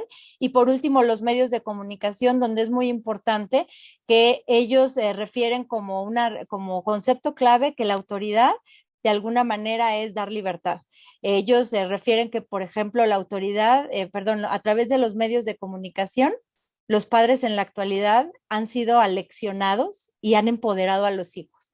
Esta es una fuente muy importante que queremos destacar como una condición explicativa de cómo se construye en ese proceso de objetivación este concepto de autoridad, ¿no? Entonces, aquí tenemos como conclusiones, se analizaron 3 dimensiones de la representación social en los padres, donde podemos destacar en la parte actitudinal conductas propias que los permiten estar en un estado de inercia o de no respuesta ante los hijos, en la parte afectiva la parte del miedo y en la parte cognitiva como representación de este contenido importante que la autoridad lastima, ¿no? Algunas de estas primeras conductas de la violencia filioparental, que son las que van evolucionando por parte de los hijos, ¿no? Y que datan de sus conductas. Actualmente estamos también trabajando documentando toda esta parte ahora, digamos, como de los hijos, porque cabe mencionar que regularmente todos los programas que se llevan a cabo en este sentido en la parte clínica, regularmente empiezan con los padres, debido a que los hijos se encuentran en este contexto renuentes o rebeldes para participar.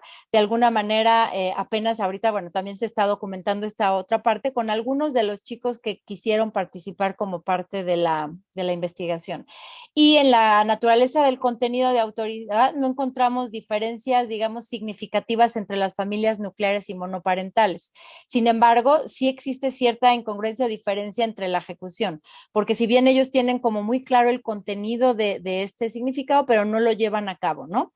Y en el campo de la representación, que Denise Jodelet, por ejemplo, afirma que es la parte más estable para analizar la representación social, encontramos que los padres delegan la autoridad a la escuela o a la iglesia, a alguna institución externa, como, digamos, encargada de ejercerla, ya que ellos en algún sentido asumen que ellos no pueden hacerlo. Y por eso es que de alguna manera la delegan hacia otras instancias, ¿no? Y también que los jóvenes tienen la representación de que la violencia y sus comportamientos, todos estos 16 comportamientos que mencioné al inicio con esta perspectiva teórica, son justos y se hacen por, de alguna manera, venganza ante la violencia bidireccional que ellos han vivido. En la mayoría de los casos, muchos de los chicos, tanto jóvenes o pequeños, adolescentes, argumentan que simplemente todas estas conductas es una respuesta a toda la serie tal vez de abusos que ellos han sufrido previamente durante años y que están conscientes de que lo hacen con intención de lastimar a los padres. Esto también es muy importante señalarlo porque apoya las diferentes teorías de violencia filioparental como de Cottrell, del Moral, algunos autores que ya han trabajado esto. Y en el proceso de objetivación, los padres a partir de sus propias experiencias atribuyen este significado de que la autoridad genera sufrimiento y lastima, y esto es reforzado en este proceso de objetivación por toda la información que se les ha dado a través de medios de comunicación y de cursos. Ellos refieren mucho que en programas o cursos como Escuela para Padres, hoy en día se transmite este conocimiento que en ocasiones les llega a generar incluso confusión, porque de alguna manera, así nos lo refirieron, pues empodera a los hijos lejos de dejar esa jerarquía que tiene que existir propiamente al interior de la familia. Entonces, pues la representación social de autoridad que ellos tienen se ve reforzada por la información que los padres obtienen a través de los medios de comunicación, ¿no? Y de alguna manera esto es lo que lleva a fortalecer y a la prevalencia de este fenómeno que se encuentra, ¿no?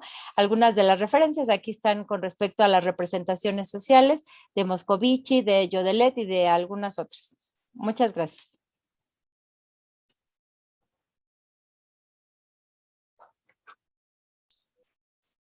Gracias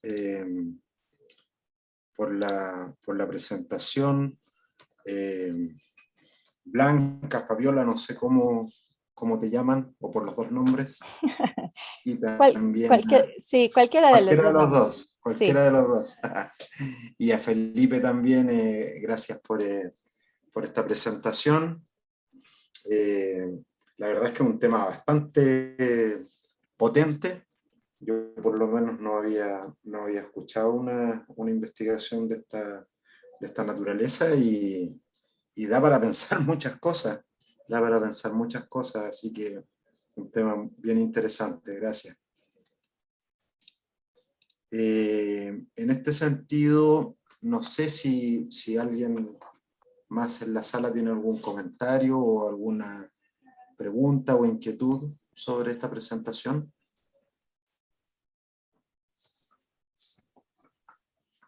Si quieren, lo plantean a viva voz o lo escriben en el chat, como ha ido ocurriendo también.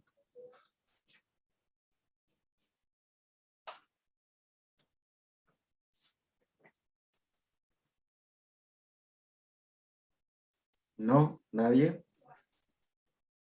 Yo nada más, Oscar, aprovechando, Sí. fíjate que una de las cosas que encontramos, sobre todo con Fabiola en el proceso de investigación, fue que encontramos, por ejemplo, indicadores cuantitativos para medir la violencia, pero no construcciones cualitativas que nos permitiera también dar cuenta e interpretar este fenómeno. Y en ese sentido, Fabiola en el proceso de investigación, junto y yo apoyándola, empezamos a construir estas estrategias metodológicas para poder construir un primer instrumento de análisis cualitativo que nos permitiera dar cuenta de esto, porque encontramos un instrumento de cerca de, no recuerdo, Fabiola, 60 ítems, ¿no? Más o menos. Así es.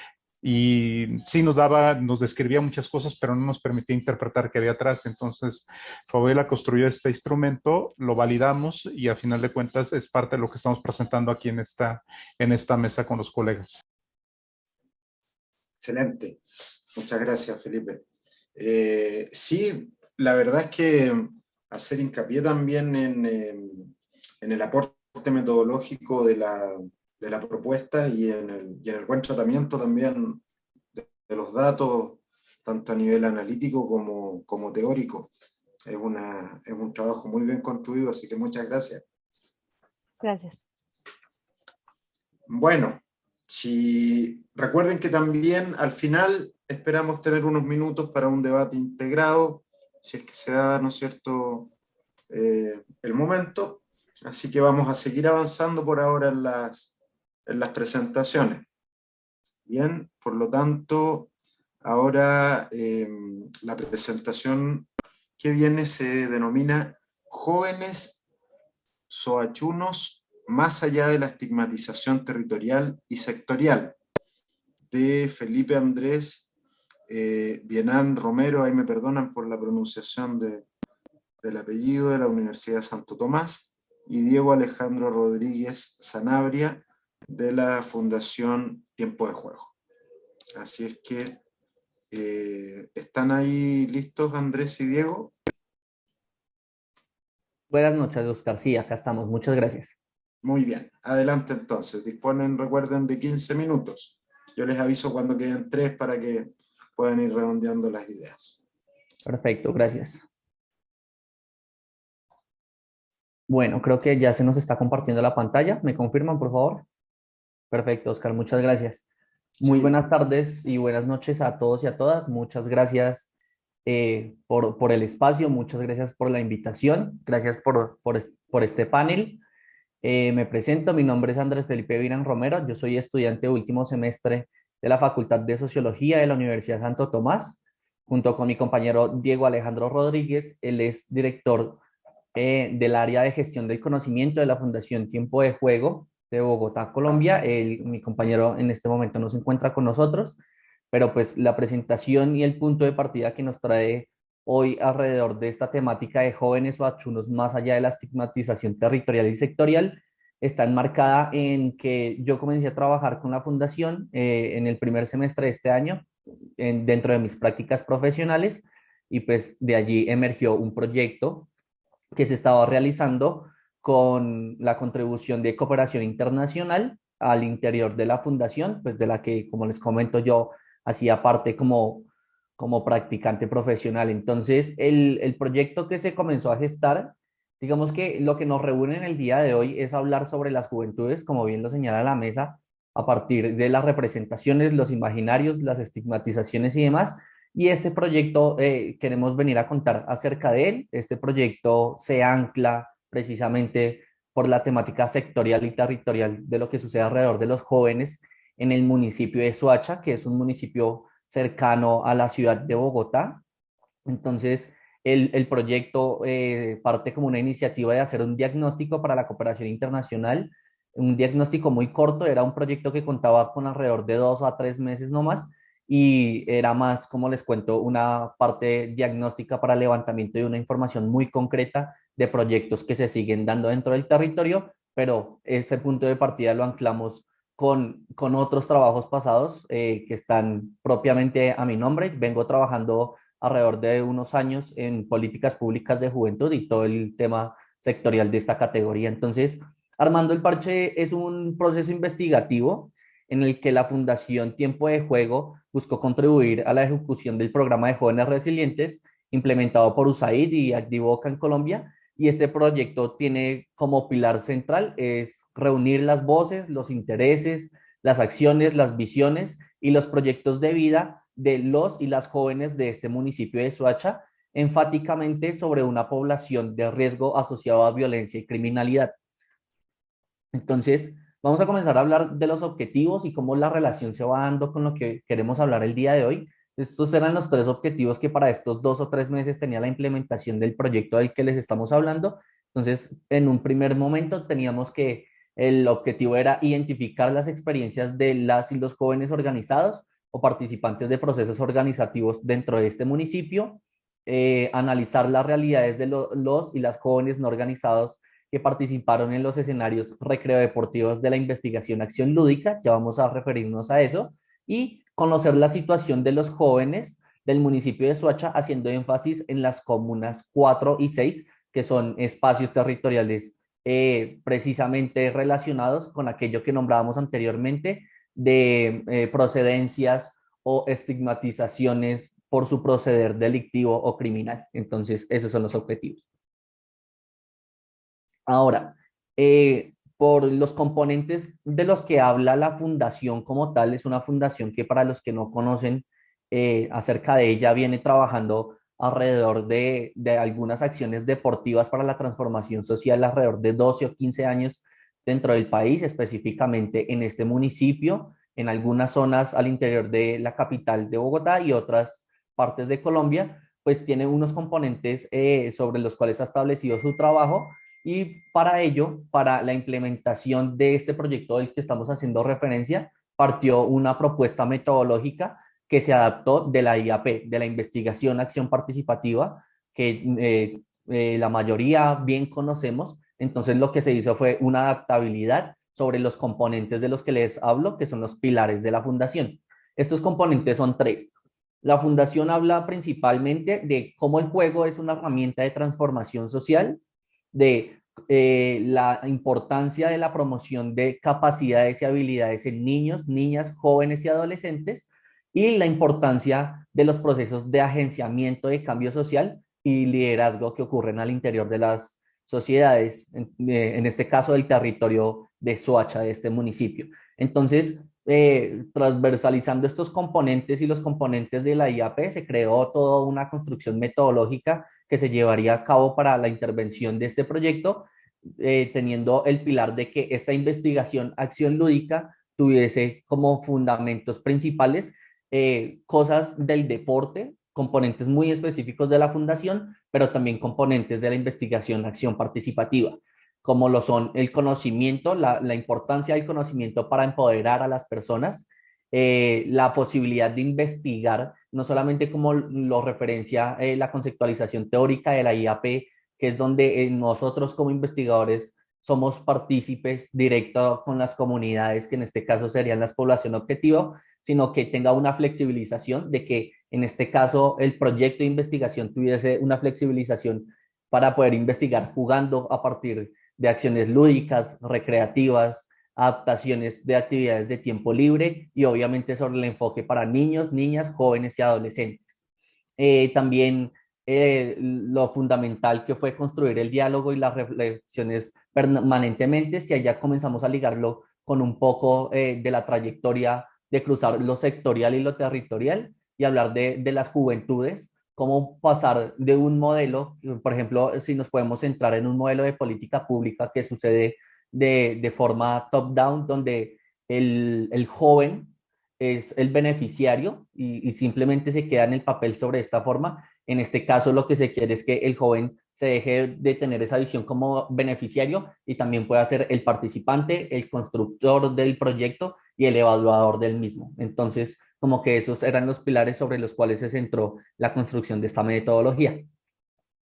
Ahora bien, el proyecto por lo corto se partió en 4 momentos muy específicos y se quiso comenzar a utilizar en lógicas y en lingüísticas muy cercanas a los jóvenes que nos pudieran dar una facilidad para el proyecto. Entonces, Distinto a otros proyectos de investigación, quizá podríamos decir que en vez de ser lineal dentro de los 4 momentos, todo el tiempo el proyecto de investigación fue oscilante y fue transversal en cada uno de esos momentos, y hablábamos de entender, de escuchar, de parchar en el adagio popular de los jóvenes, de reunirse, de encontrarse, de las cotidianidades y de proponer, todo bajo la impronta de que son los mismos jóvenes los que iban a no solamente a proveer la información que estaba buscando el diagnóstico a través del proyecto, sino también de proponer sus propias instancias de lo que se está proyectando, pues más allá del mismo proyecto.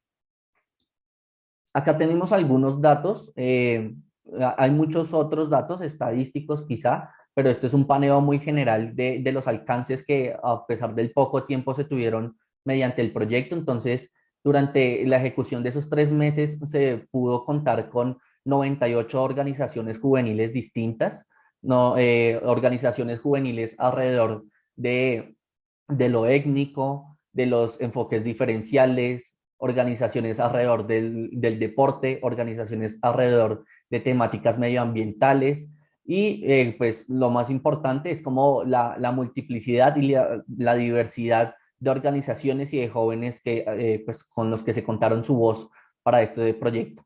Ejemplo de ello, hablamos de 31 jóvenes de organizaciones con enfoque diferencial, enfoque de discapacidades, enfoque de género, que esto alimentó mucho las discusiones que se dieron a través de esto.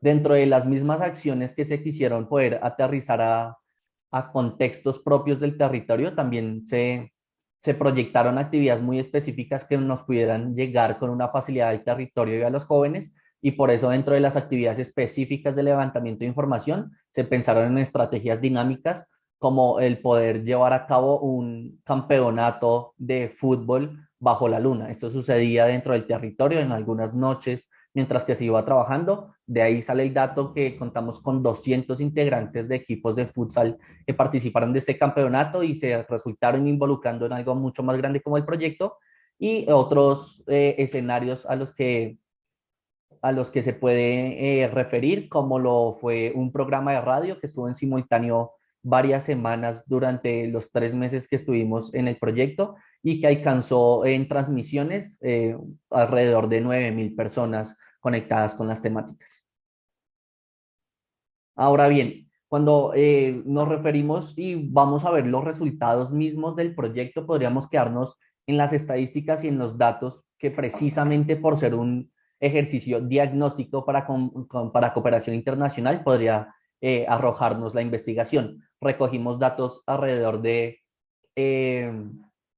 criminalización juvenil, alrededor de consumo de sustancias psicoactivas, alrededor de embarazos a temprana edad, estadísticas que nos iban desglosando mucho el panorama de lo que sucedía dentro del territorio, pero las conclusiones y el volcamiento de nuestra presentación y el artículo que se está construyendo para ello quiere ir hacia una visión paralela, y es qué mueve a las juventudes, qué es lo que está pasando en este territorio. Entonces, tenemos algunas ideas muy breves y todas apuntan hacia la importancia del liderazgo y el encabezamiento de los mismos jóvenes para generar espacios recreativos, para que ellos mismos generen sus procesos de formación en liderazgo juvenil, actividades que son gestionadas desde ellos y desde ellas como actividades deportivas, gestión y apropiación de los espacios, la fomentación de pensamientos críticos, bien sea dentro de organizaciones de base, colectividades ya gestadas, o quizá, y en muchos casos también lo vimos, jóvenes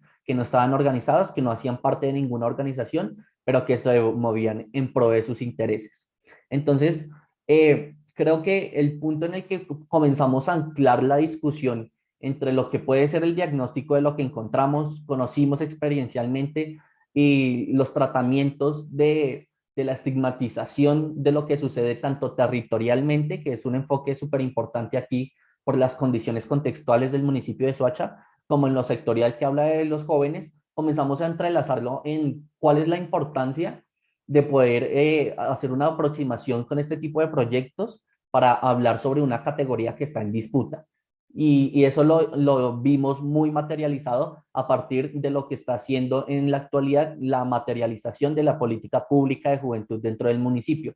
Entonces, encontrábamos la distinción y hacíamos el análisis entre lo que nos ofrecía el documento, lo que nos ofrecía la institucionalidad del municipio, de cuáles son los componentes de la política pública de juventud, cómo se construyó, cuál es el tiempo de elaboración, cuáles son sus pilares y sus ejecuciones, totalmente contrario a qué conocen, si conocen estos jóvenes acerca de esta política, cómo la perciben, si entienden lo que es ser beneficiario o no de una política pública, y ahí comenzábamos a ver unas discrepancias que dentro de las mismas conceptualizaciones teóricas que podríamos hacer desde nuestro ejercicio profesional, como las reflexiones que están implantadas dentro de estos documentos institucionales, hablan de un problema central que ya lo mencionaban los otros colegas en sus presentaciones pasadas, y es el problema de homogenizar la categoría de juventud, entender la categoría de juventud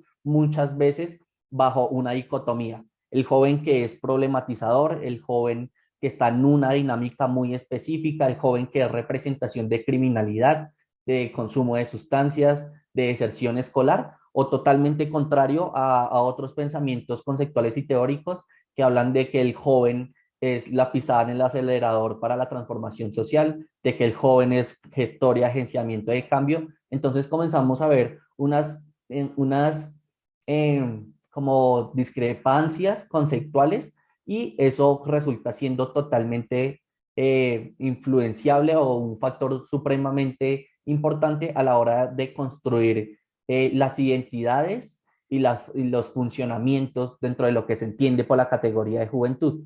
Entonces, mantener al joven estigmatizado, al joven que, por ejemplo, para la Constitución colombiana es un joven que está dentro de los 14 y los 28 años, y los componentes son solamente 3, son solamente 5, deja por fuera las identificaciones enraizadas, culturales, identitarias de los mismos jóvenes, su participación, como les mencionaba anteriormente, no solamente como beneficiarios de una política, sino también participantes de ellos, la delimitación de creer que el joven solamente participa de una política pública de juventud, pero queda la discusión ahondando un poco en el aire de qué es lo que pasa con el anclaje y la articulación de un joven que está dentro de un rango de edad, pero también se articula con una política pública de niñez y primera infancia. ¿Qué pasa con la articulación y el anclaje de un joven dentro de un rango de edad, dentro de una política pública que puede ser de acceso laboral, de pensiones y de otros beneficios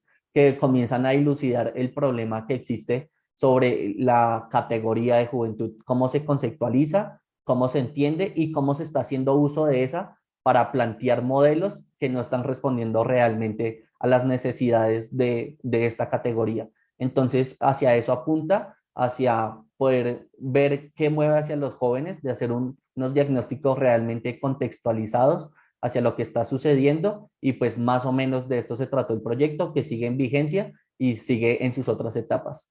Quisiera cerrar con esto, extender de nuevo un agradecimiento a todos y a todas, y dejar el micrófono para preguntas. Muchas gracias. Gracias, Andrés, por tu presentación. Interesante también por lo demás, ya que involucra o cruza varios temas, como bien señalabas, fundamentales de las juventudes, especialmente en las realidades latinoamericanas. Por lo tanto, sin duda que da para poder reflexionar al respecto. No sé si alguien más en la sala tiene algún comentario o alguna inquietud sobre este trabajo.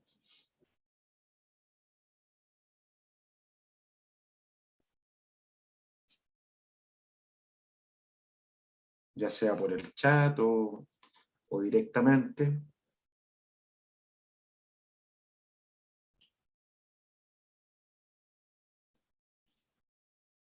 Si no, no sé si el propio Andrés quiere hacer a lo mejor algún cierre de algo que considere relevante, que se podría ampliar, o si no, como les digo, al final nuevamente vemos la posibilidad de un espacio para ya debatir en términos generales de la mesa.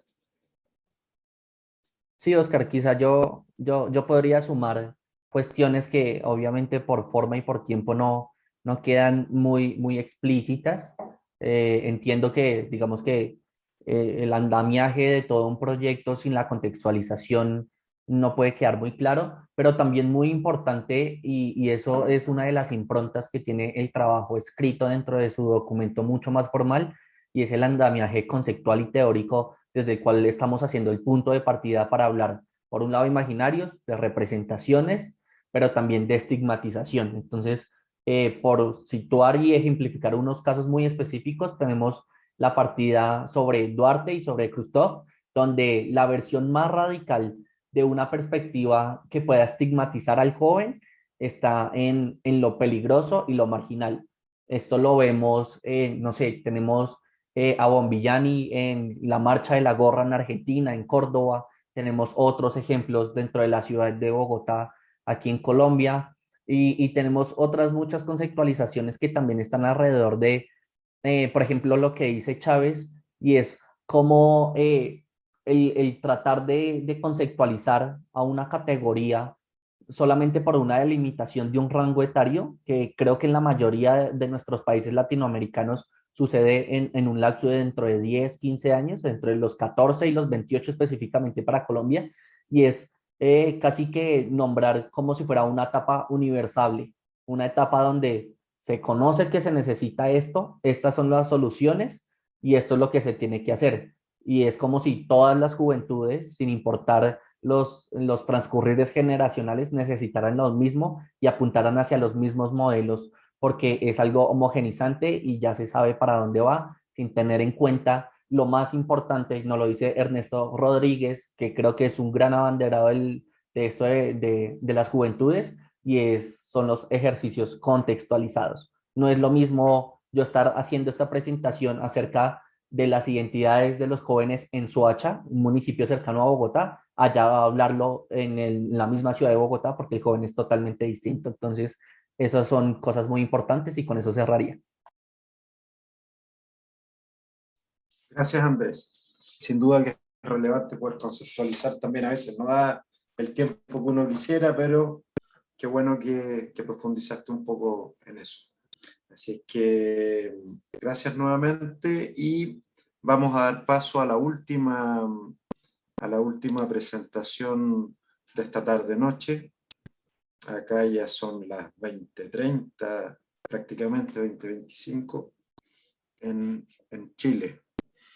Bueno, la última presentación que tenemos en esta mesa el día de hoy es la socialización de los imaginarios de jóvenes y juventudes en el territorio rural, reflexiones a partir de un estudio en la región del Oriente Antioqueño, Colombia, de Olga Jaramillo y Flor Osorio, de la Universidad Javeriana. Así es que, adelante.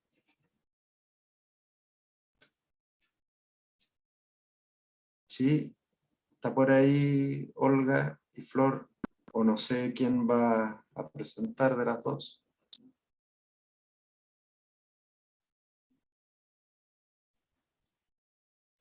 No se escucha.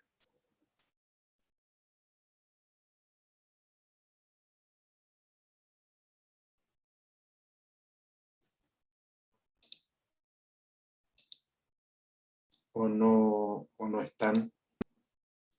Lo estoy viendo acá.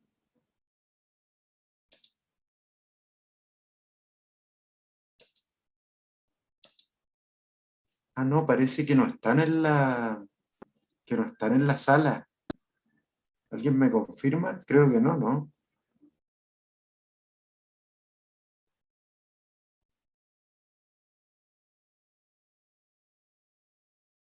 No. Entonces,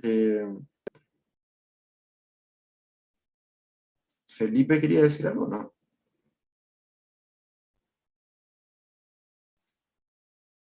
Bueno, si no están, como decía, las ponentes de la última presentación de la tarde, abriríamos nuevamente un debate ya al cierre, para quien se le haya quedado algo en el tintero o quiera ahora aportar alguna idea. abrimos ya un debate final al cierre para todas y todos los participantes que van quedando. Bueno, yo antes de retirarme sí quisiera hacer un comentario. Sí, Raúl. Mm, Es un tema complejo, se tocaron muchas cosas. Cuando se habla de los espacios, en el ritual, el espacio juega un papel fundamental, porque se convierte en un escenario. Y ese espacio que puede ser un espacio institucional, por ejemplo, la escuela, puede ser apropiado por los alumnos y convertirlo en otra cosa. Eso todo lo vivimos en los rituales. Espacios que de repente tienen una función, de repente a partir del ritual retoman otra función, ¿no? Y eso me parece muy importante, pero hay algo que cuando me hicieron las primeras preguntas, que iba a lo siguiente. En la teoría del ritual hay algo que es muy importante y que tiene mucho que ver con algo que por ahí ya se mencionó, que es la performance. Y es o sea, y la teoría en el ritual hay un debate que es, ¿qué es lo que la creencia determina a la práctica o la práctica determina la creencia? ¿Sí? Y el ritual es una práctica que de muchas maneras forma, porque el ritual es una práctica simbólica en la que incluye espacio, música, comida, ropa, etcétera, etcétera. En muchos sentidos, estas prácticas muchas veces son lo que construye creencias y culturas. No digo creencias, construye visiones, que es muy importante, ¿no? Entonces, creo que esto es muy importante y ahorita que están ustedes, quiero recordar una cosa. Yo una vez estaba en Valparaíso, en Chile, y no sé por qué ahí en donde estaba hospedada una chica me dice, yo soy un hombre mayor, pues, tenía 30 años más, pero me interesaba todo esto, y me dice, lo invito a una fiesta, que va a ser en un reclusorio, en una cárcel. Pues digo, qué interesante, y fui. Y me llamó mucho la atención, ahorita que yo, el último compañero colombiano, cuando yo llegué a esa cárcel, era una cárcel que estaba en Chile, una cárcel aparte, va a sonar terrible lo que digo, muy hermosa, ¿no? Porque estaba arriba en una montaña y se veía el mar precioso. Y entré a esa cárcel y me sorprendí de algo. Para mí las tocadas de rock, por ejemplo, son rituales juveniles, que en México, bueno, se ha trabajado mucho esto en México y en Argentina, no lo sé en Chile.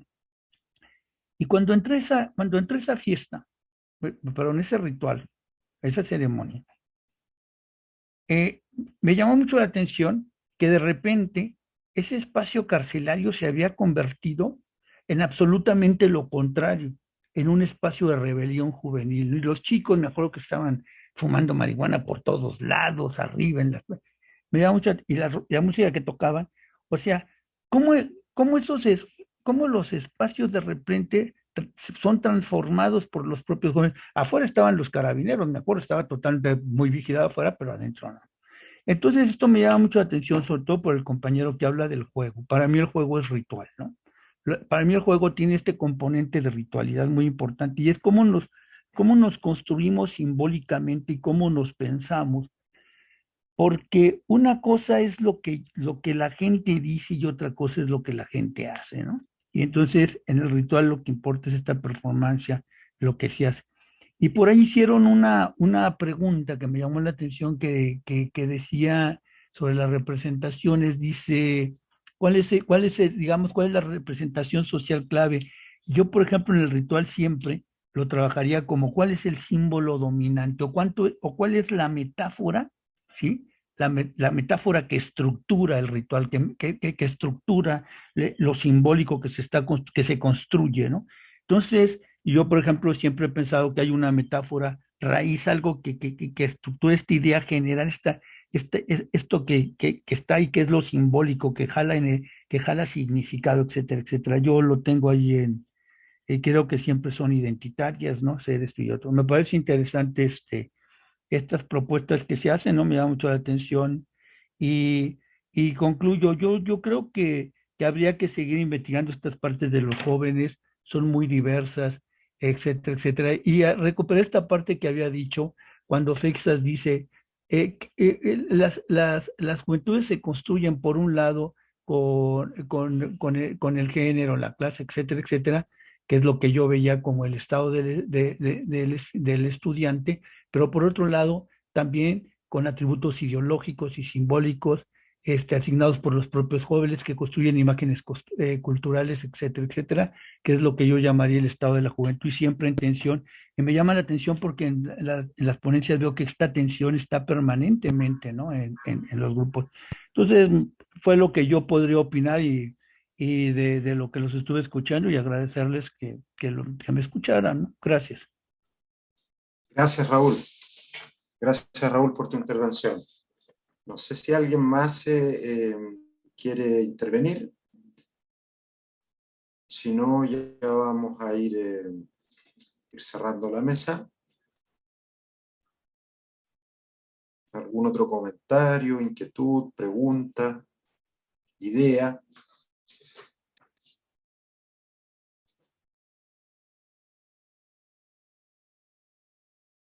¿No? ¿Nadie más? Bueno, entonces les quiero agradecer por haber participado de la primera sesión del Grupo de Trabajo de Juventudes. Luego esta grabación entiendo que va a ser repartida entre todos y entre todas y todos los asistentes, participantes, etc. Después quedan en el programa para quienes no saben y se puede pinchar y descargar de ahí mismo la presentación. Así es que por ahora quedamos hasta acá. Les agradezco nuevamente y será hasta una nueva jornada de este grupo de trabajo. También participen en todas las mesas que puedan, porque la verdad es que temáticas representacionales y socioimaginarias hay por montones, tantas como podamos significar. Gracias y buenas noches. Acá ya es noche, ya en Concepción. Bueno, feliz noche, muchas gracias. Gracias, buenas noches. Que estén bien. Hasta la próxima. Buenas noches. Hasta luego, buenas noches.